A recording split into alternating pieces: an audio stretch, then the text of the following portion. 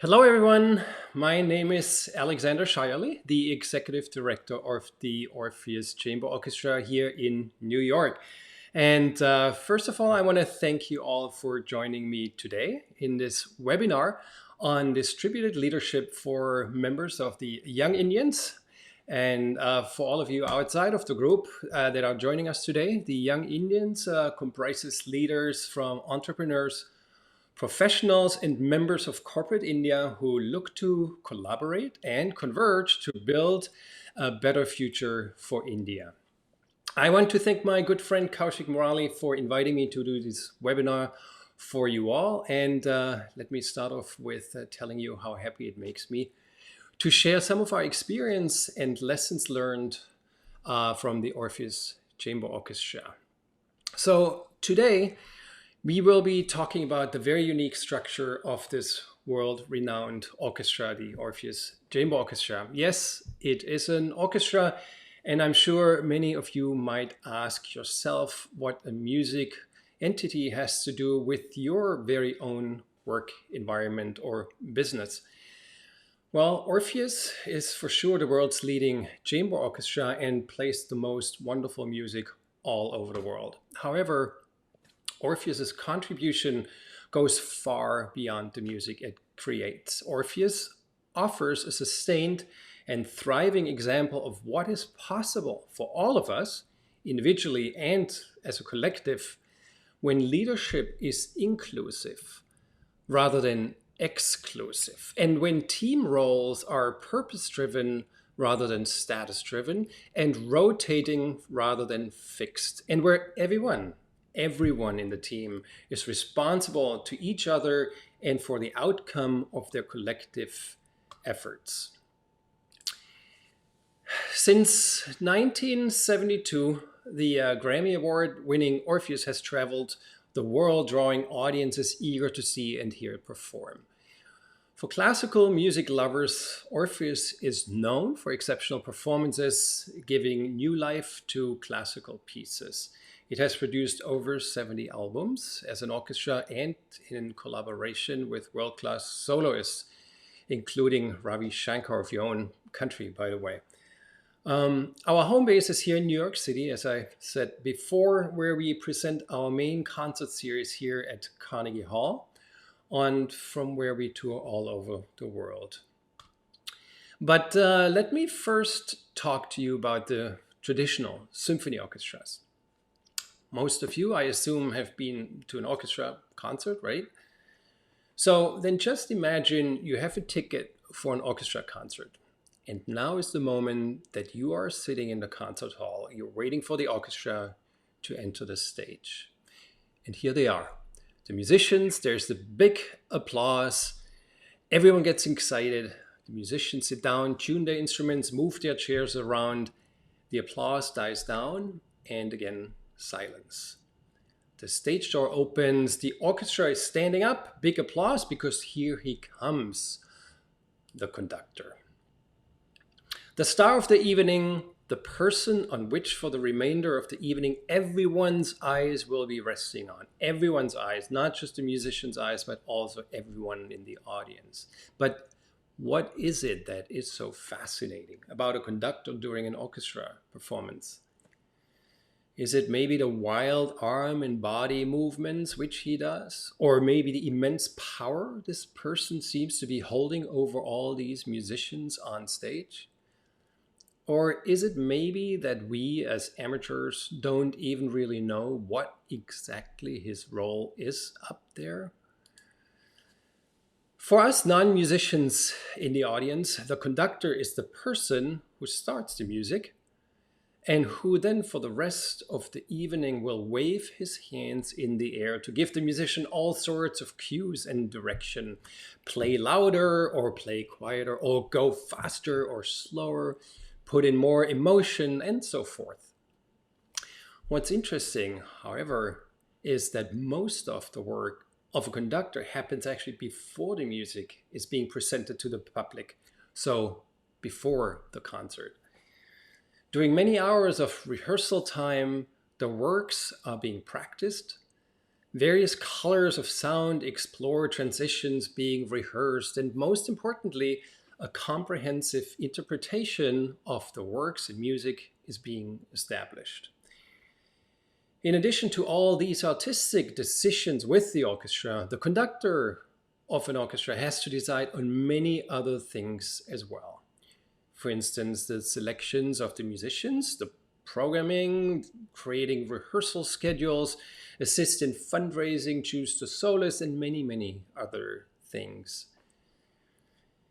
If you've ever had the chance to attend an orchestra rehearsal, however, you will have noticed that there's no dialogue in the traditional sense between conductor and musicians like we are all used to in our own team settings. The conductor literally gives the musicians the artistic directions, and it is expected that these will be realized. It is absolutely unthinkable that a conductor would say, for instance, "Oh, let's play this passage a bit faster." And in response, one of the musicians would say, "Oh no, maestro, I think we should try it slower."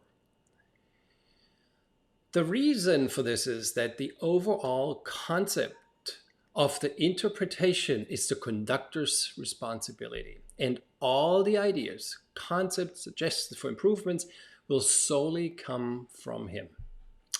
By the way, you may have noticed that I'm using male pronouns when referring to conductor. Well, unfortunately, it is still a very much male-dominated profession, although, progress has been made over the past few years, and we have some really, really good and famous women in that role as well, luckily.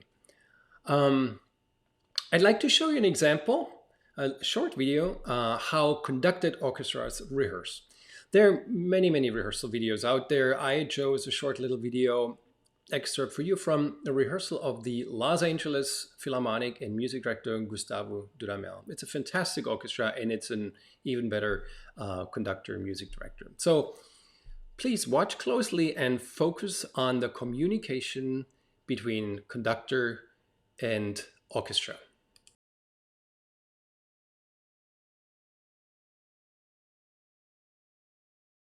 It's not enough.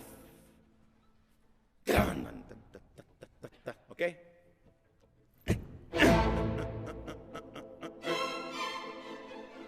Somebody have to walk with a, I have to listen people walking out. We need a lot of ambulance for this contrast, The adjective that he used first, that allegro vivacissimo, that I always say, is allegro guerriero. War, allegro in war, something like that, have to be the translation. But then he changed to allegro vivacissimo. But, okay? It have to be, no, but clean, it's, together, here we are, on,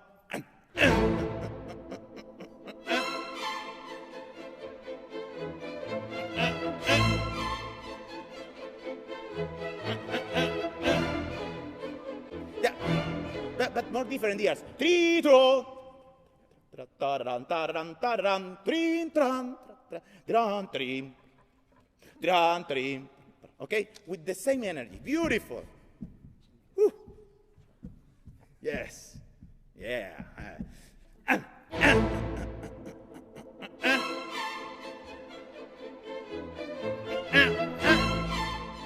No, please, no.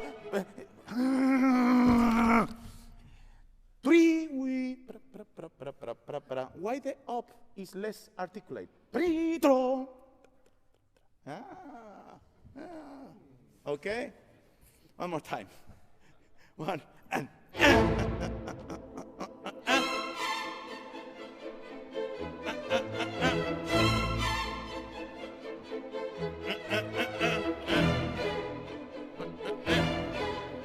Normal. But normal together.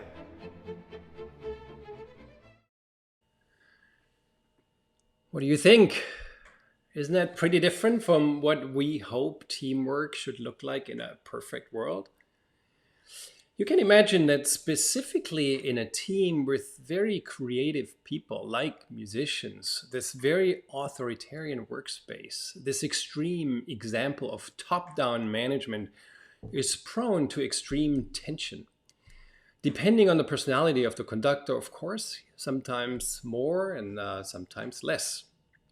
But concerts are always so wonderful and inspiring, as I'm sure you're thinking right now.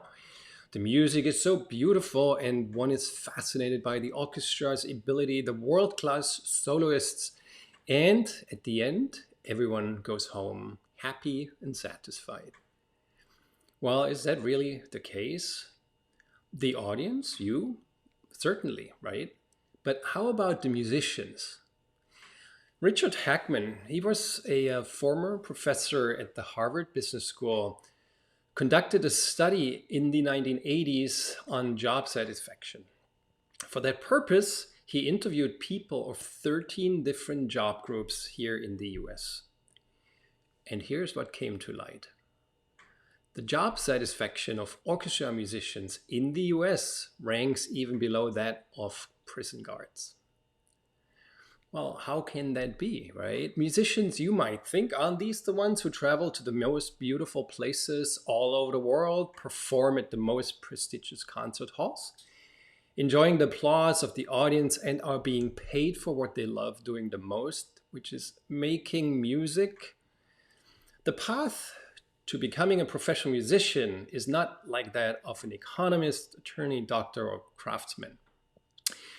Just like athletes, to become a good musician, one needs discipline and talent, hard work, and in addition, a healthy portion of creativity. And that's really something that cannot be learned so easily. So now imagine you are a very creative human being. And because you worked extremely hard for a long time, practiced your instrument every single day for years and years and years since you were a child. Then you are applying for a position with an orchestra, you audition, and you win. And all of a sudden, you, the soloist, the chamber musician, the individualist, the very creative human being, you become a small cog in a very, very big machine. And in front of you is a conductor who is telling you every single step along the way, every tempo, every transition, every piece that's being performed, who the soloist is, basically every little single artistic detail. Now, imagine doing this for years and years. When your own creativity, which you have developed since you were young and which you had been encouraged to apply to your work every time you took out that beautiful instrument of yours out of the case, and all of a sudden it's not relevant anymore, then I guess it's quite easy to imagine that over time there will be a growing frustration and unhappiness within you, now the orchestra musician. But what is the solution? You can't just eliminate the position of a conductor, which is a very important one, and tell an orchestra of 60 to 80 musicians that from now on, you're on your own. Well, in 1972, a young group of musicians based in New York City did exactly that. They got together with the goal to perform orchestral music just like chamber music. Now, chamber music means smaller ensembles of 2 to maybe 10 musicians. A small team of like-minded musicians with no hierarchy. Certainly, our group of musicians was influenced by the spirit of the early 70s here in the US, which, as I'm sure you either remember or have heard of, was towards the end of the hippie era here, and still during the raging Vietnam War. So there was a general spirit of anti-establishment, especially amongst college students and universities. Our musicians wanted to create this ensemble in which every single musician could bring in their individual creativity, and which in turn would enable them to create a product on the highest possible level of excellence. And at the same time, the prerogative was that the ensemble should be based on democratic principles with no static hierarchy. Now, if there couldn't be a static hierarchy the musicians rendered, then by definition there couldn't be a conductor. It was the birth of the Orpheus Chamber Orchestra, which with this new concept and set of ideas broke with all traditions and hierarchical structures of traditional orchestras known for man for hundreds of years. At the beginning, many people on the outside thought Orpheus is just another naive experiment that will definitely fail. Nobody in their dream could imagine that over the coming decades, this orchestra would become extremely successful and is considered one of the great orchestras in the world. Neither could anybody foresee that because of its unique leadership structure, the trademarked Orpheus process is still being taught at renowned universities such as Harvard, Stanford, and many, many others.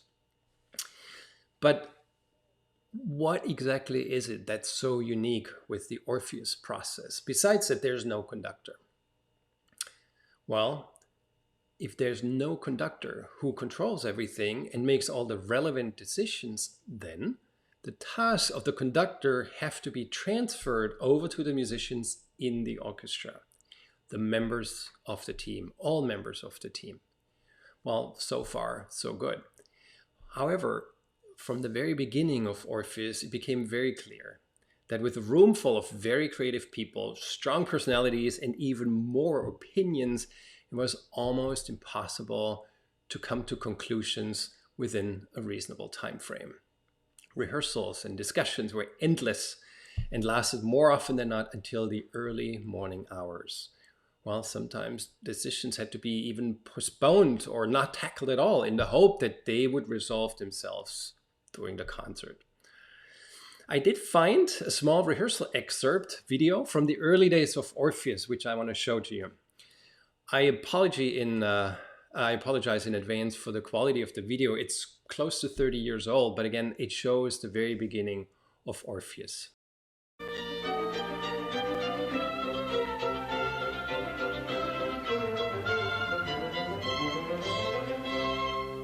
So, now what? The second theme, I have a problem with the on the string second bar of the second. Oh yeah, I hear this very sunny, and this less than. I'm just the opposite. Yeah, see, I hear the second measure as a blossoming. Can I play it Not rushing. If anything, I feel like the bass line is pushing that instead of the opposite. You guys don't have to play it. I have to play it. Yeah, but we have to listen to it. No, our Sound contrived, didn't it? It sounds actually. Let's try to do something there. It's very predictable. It's I mean, it all just sounds forte. Right That's now. what it is. It's not. It's There's very. nothing wrong. It's a forte like section. it sounds to me very churned out. It's like da da da da da da da da da da da da da da. I mean, we keep playing the same thing. Yeah, it's got. two accents. Maureen, would you consider just letting us try at the tip for a while? But if you're doing it at the tip, by tip, you mean on the string? You mean really Just in this place. at the second theme? Yeah, but it's only for. I mean, I think it still sounds light and nice, and it makes it work, And then... Okay, then I think we should do the coda thing.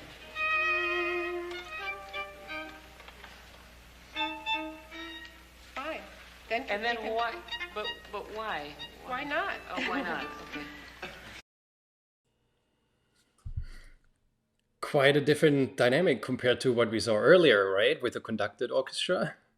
So now, because of the increasing popularity and number of concerts of that Orpheus, we're able to procure a more efficient way to rehearse had to be found. The Orpheus musicians decided that for each piece they would perform, a small group of musicians should be the dedicated leaders. They called this group the core group, which consisted of the first chairs of each of the instruments, the principals. For example, the leader of the first violin section, the leader of the second violin section, leader of the violas, the cellist, oboes, clarinets, and so on.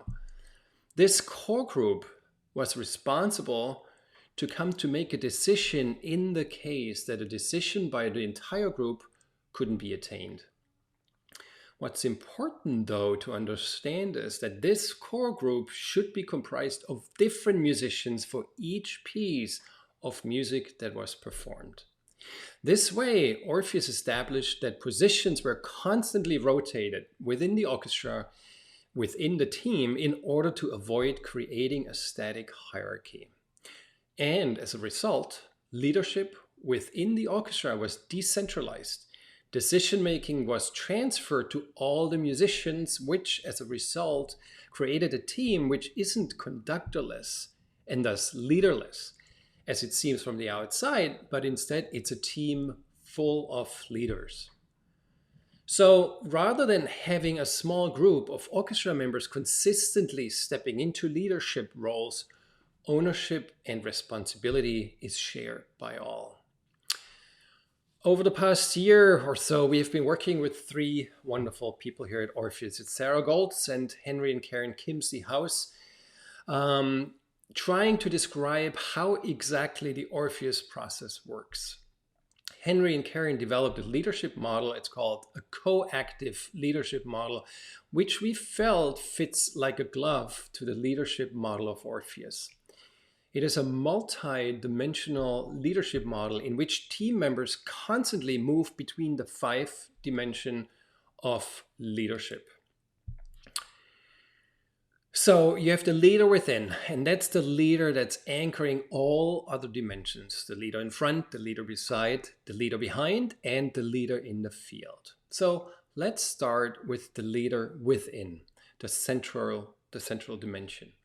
At the center of each musician's engaged leadership in Orpheus is a solid sense of their musical ability. There's a solid sense of purpose and drive in creating music the unique ways that music is created in Orpheus.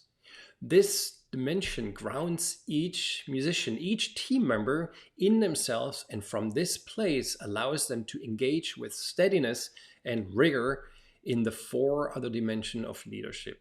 From this dimension, from the leader within, an Orpheus musician is able to move fluidly, quickly, and with agility and ease between the 4 external dimensions of leadership as required in the process of creating and playing the music. The leader in front, that's the dimension where a musician steps up, let's say plays a solo or serves as a concertmaster, principal, speaks up, engages and enrolls others. All Orpheus musicians must be willing to step into the role of a leader in front, as needed during the creative process. However, no one must linger, or worse, get stuck for longer than needed to serve the orchestra by stepping into that role. This role is dictated by what is needed by the whole, the orchestra or the piece of music, and it is not a place or role for anyone to hold for too long or to serve their ego. Then we have the leader beside, and this is the place from which people create, connect, and play as 2 or more partners. In this dimension of leadership, 2 or more musicians are fully in their creative and musical range, creating together from a place of wholeness and fullness in connection with each other. Then we have the leader behind, and this is a dimension of service-focused, or let's say servant leadership, right? It is the place from which musicians actively support others in the team who are in the lead by powerfully holding the vision, the tempo, or the background of the score while a soloist plays their part. And beyond powerfully connecting the orchestra, the leader behind has the important role of truing or getting the leaders in front or leaders beside back on course if they ever get off track. This is a very active dimension of leadership, often underappreciated and left unattended or slack when the leader in front is overvalued. Then we have the leader from the field, and this is the dimension of leadership, whereby the musicians tune their attention to the full orchestra, the audience, and the music that is being created. So this is an active dimension where deep listening, peripheral focus, and intuition provides instantaneous cues that a shift or change is needed. A more obvious example of leading from the field is Orpheus' common practice of requesting one member to step away from the orchestra, from playing, to listen to the sound and feel the music from the seats in the audience. Our orchestra musicians, the Orpheus musicians, they shift within the leadership dimension very, very quickly, giving all musicians a chance to step into and contribute from each dimension of leadership. This creative process requires that all musicians lead from each dimension with equal rigor. As 40-some people create and play music together, each musician is constantly shifting fluidly and with agility between the different dimensions of leadership based on what is required of each in the moment. And the willingness and agility of Orpheus musicians to step into the different dimensions of leadership make it possible for the orchestra to reach new levels of creativity and musical performance rarely seen today. So now, what do the rest of us learn from Orpheus? We all know that strong leadership by an individual or a select few is still the standard of many companies and is considered an important part of being able to run a company successfully. However, if leadership is limited to a few, it is only natural that the majority of employees feel less personally responsible for producing high-quality products or providing excellent service.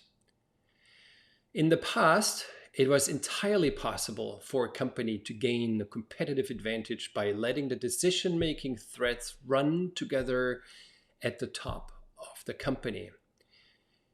At a time when it was easier to make predictions and decisions could be made more slowly, this type of vertical hierarchy was not a bad idea at all because, of course, it was also a relatively simple structure with very consistent decision-making ability.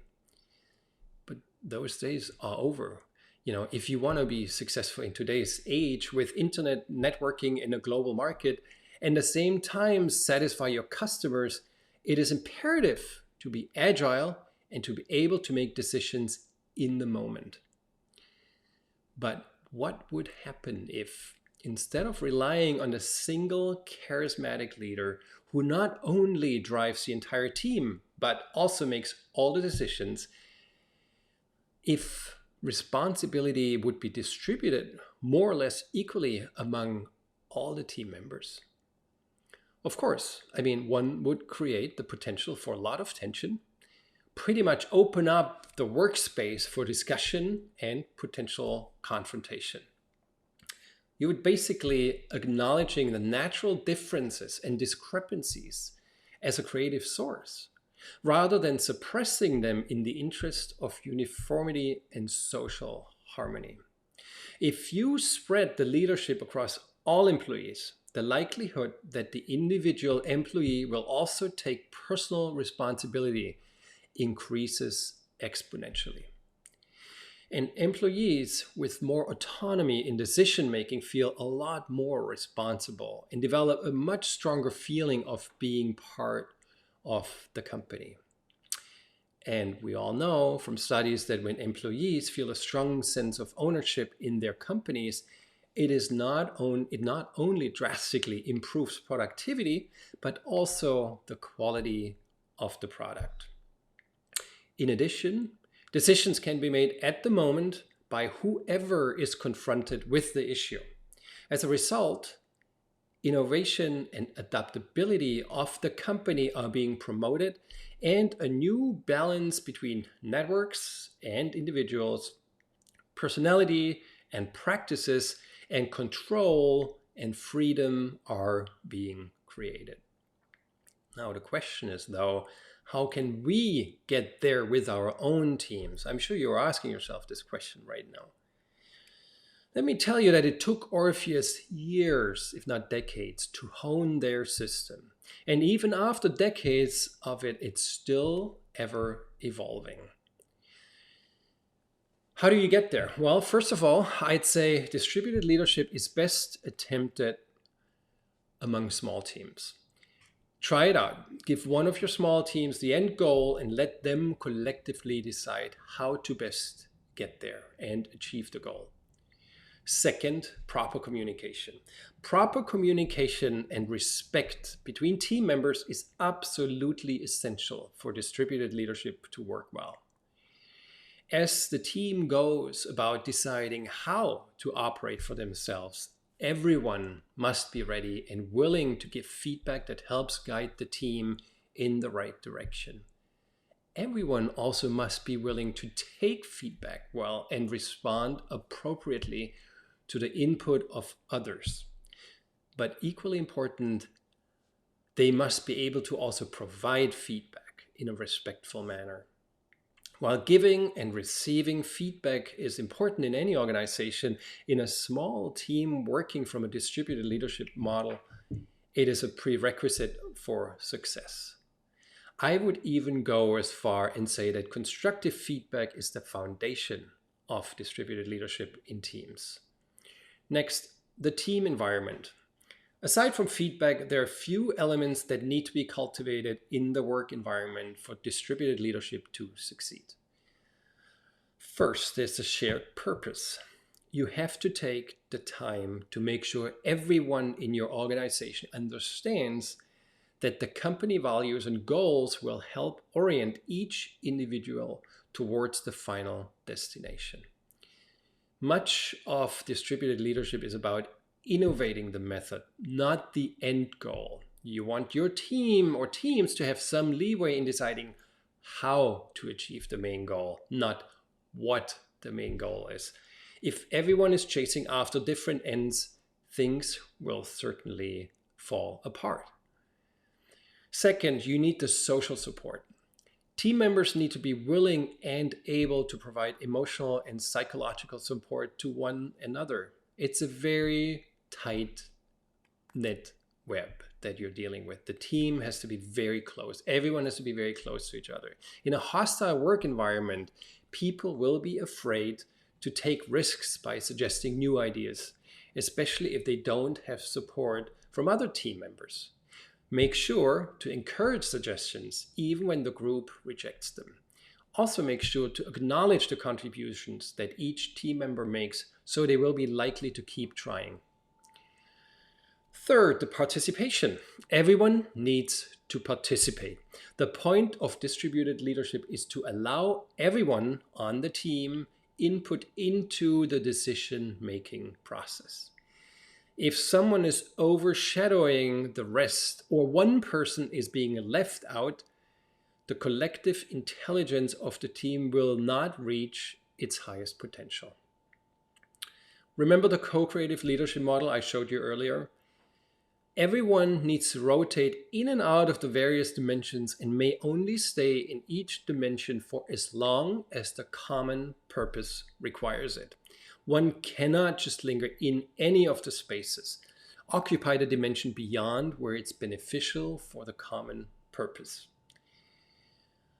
This doesn't mean, however, that everyone always has to participate all of the time. It's more about making sure that all team members feel that they have a choice and a voice, so they'll be encouraged to speak up when they have something worth saying. Now, you can see how much depends on every team member for this to succeed. The team leaders or company leaders need to embrace the model, first of all, of course, and all the other team members need to be willing to work in such an environment.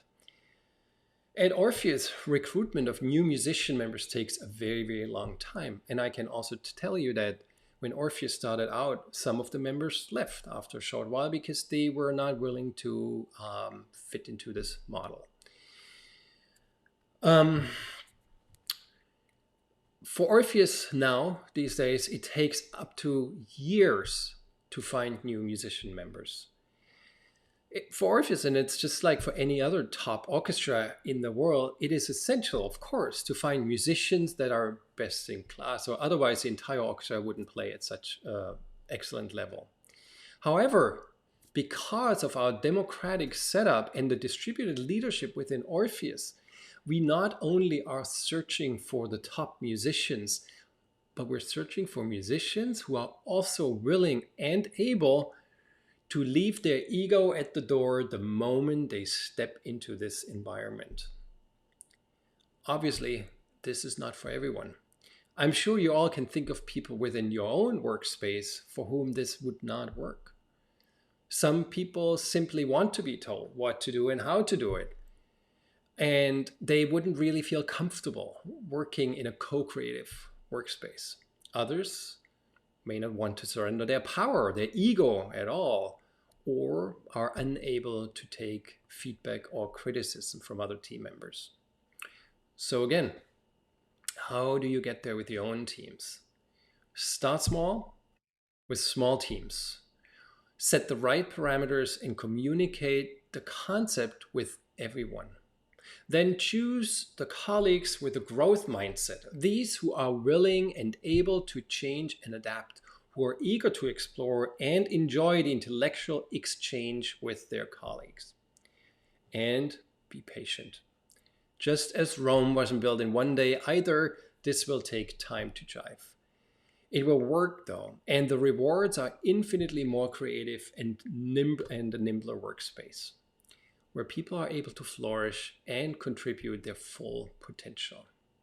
It's the same reason why the Orpheus musicians did this almost 50 years ago. Because they wanted to create a structure that would support the mechanisms of limitless teamwork in which everyone and all individual opinions and voices could be heard. Where the musicians could create something together that can only develop on this emotional and level of excellence if everyone involved has the opportunity to unfold their entire potential. While initially this was simply based on the desire to provide a more creative work environment and improve the job satisfaction of the musicians, it ultimately liberated the music. Well, I started talking about orchestras and music and how you may feel it may not have anything to do with your own business or teams. Well, wouldn't you agree now that the unique leadership model of Orpheus provides us with so many ideas and suggestions as to how to engage everyone in a team of pretty much any industry, any team, any organization, how to create a strong sense of ownership and responsibility for the work we do, and ultimately, how to improve output and productivity in any company. Well, thank you so much for tuning in and listening to this presentation on lessons learned from Orpheus Chamber Orchestra on distributed leadership. And feel free to ask the many questions you may have, and I'll try to answer as many as I can. So I have this comment box open, and feel free to just shoot your comments over. And I can see that many of you have already written. So let me just read. If you have questions, I'll answer them to you. I will also have my email open if you can't get through on text to me. Let me just send you, let me see, where do I have it? How is this? Can you see my email? No, you can't. Okay, well, then let's just hope all your comments will come through and I can answer them as best as I can.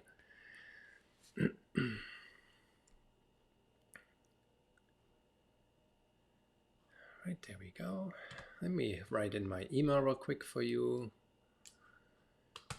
Where do we go?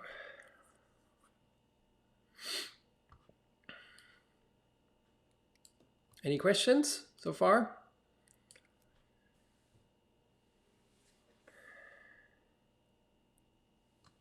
No? Okay, I'll try to, what do I do now? My email is, I spell it to you, it's ASCHEIRLE at orpheusnyc.org. I'm here for another few minutes. Wait for your comments, wait for your emails. Again, it's ASCHEIRLE at orpheusnyc.org.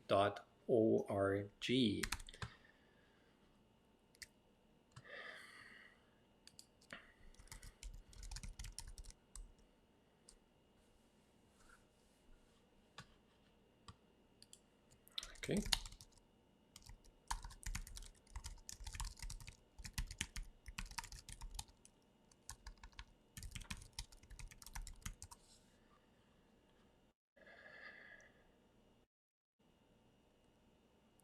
Okay.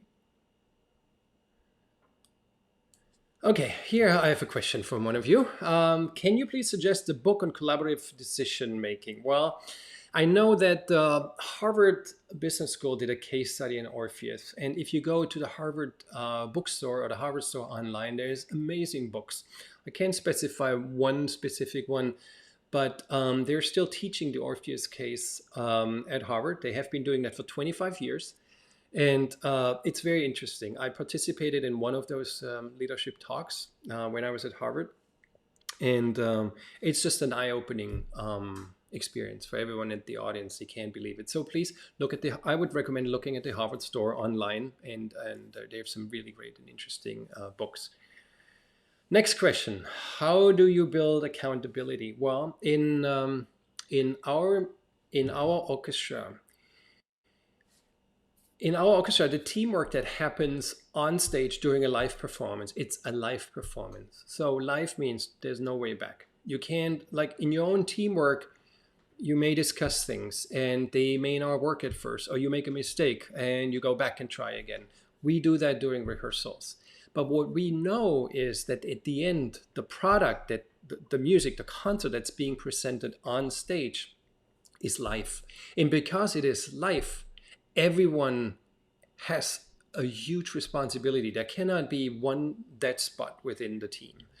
And so if orchestra musicians are not feeling that responsibility, then it won't work. So how do you hold them to their accountability? Well, we cannot fire the musicians, but they would feel so humiliated on stage in front of 2,000 people, thousands of people in the audience. And this is how it works for us. Let's just circle back to your own teams. Let's say you have a product, you are working in a hospital as a doctor, you work in teams. You make a mistake, that mistake can be fatal. So you feel, because you feel so emotional and responsible about the product, about the work you do, that's the accountability, really. If you get paid less because you made a mistake, that's the least of your worries at this point. So it's really that you are being proud of the end product, and that's how you're being held accountable, really. Another question, with multiple ideas, who prioritizes what is to be done first? That's an excellent question. And that is one of the lessons learned from the orchestra. So we did have, at first, when they started out, and you saw this video that I showed you, lots of chaos, lots of questions, and it would just take forever. They decided to establish this core group of principal musicians. Sometimes it's just a core group of 5 out of 40 or 45 musicians. Sometimes it's more, it's closer to 10. And so they decide the progress of the rehearsal. They decide what piece needs how long to be rehearsed, which piece is the difficult one, which one has the most issues that need to be tackled. Okay, and so this is how they decide on the progress of the rehearsal. So everyone can and is encouraged to participate in the discussion. And actually, we sometimes need substitutes. So if one of our members gets sick or can't play a concert, then we bring in substitutes. And even the substitutes are being encouraged to speak up and to participate in the discussion. So everyone, of course, has their own ideas. And sometimes as a member, you feel like, well, I could say something, but would it really benefit the purpose and the end goal? You know, sometimes you just be quiet and listen and think, you know, there's more important things that need to be worked on. So you for yourself prioritize as a member. That's very important to know as well. Okay, what else do we have? Any other questions? Hearing none, then I want to say again, thank you so much for all of you young Indians for having invited me. Thank you, Kaushik, especially my good friend, for having invited me. Thank you, Vicky, for setting up the platform and help me with all the technical issues beforehand. And here from New York, I want to wish you lots of success with your own teams and companies. And if you have any questions, really, I'm here for you. You have my email now. Please, just can be today, can be next week, can be in a year, whatever. You know, just write to me, and I'm more than happy to help you out. Again, thank you very much. Have a great evening, and I hope to hear from you soon. Okay, take care. Bye bye.